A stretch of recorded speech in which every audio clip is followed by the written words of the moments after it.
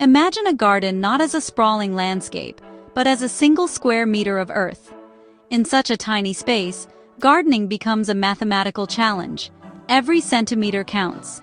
Each plant must earn its place by providing the most food possible. The variables: sunlight, water, soil.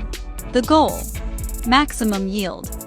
You can't plant for beauty, you plant for survival.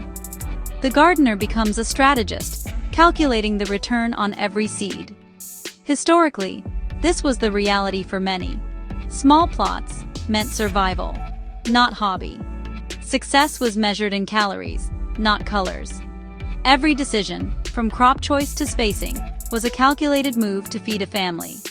The 1 square meter garden is a model of efficiency, where every choice is backed by simple arithmetic.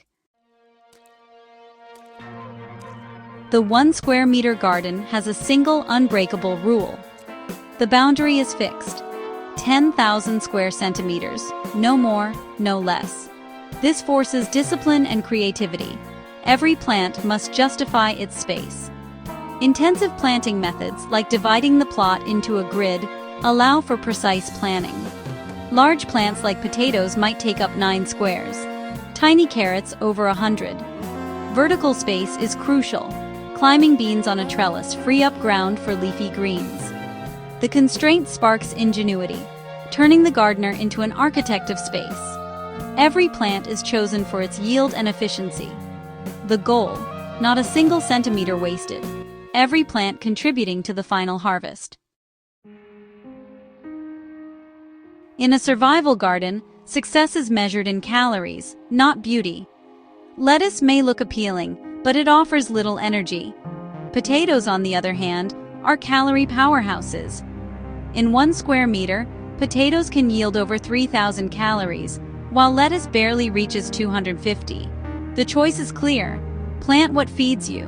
Reliability is just as vital. Crops must produce consistently, year after year.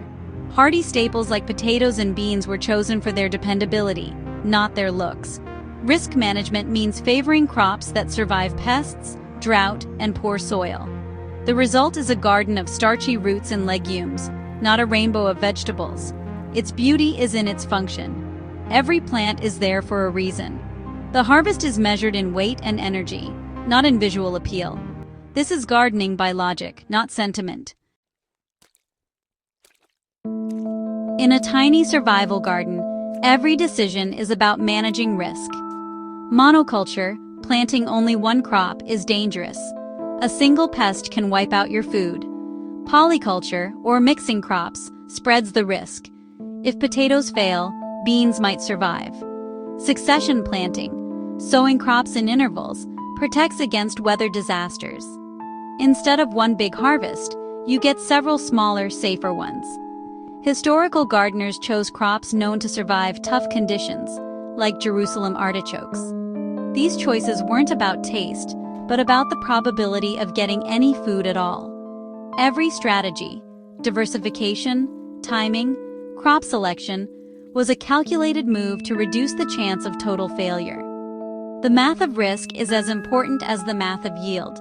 In the end, survival depends on both. Most gardening advice is for big spaces, but it doesn't work in a 1 square meter plot. Large gardens allow for wide spacing and crop rotation, luxuries you can't afford here.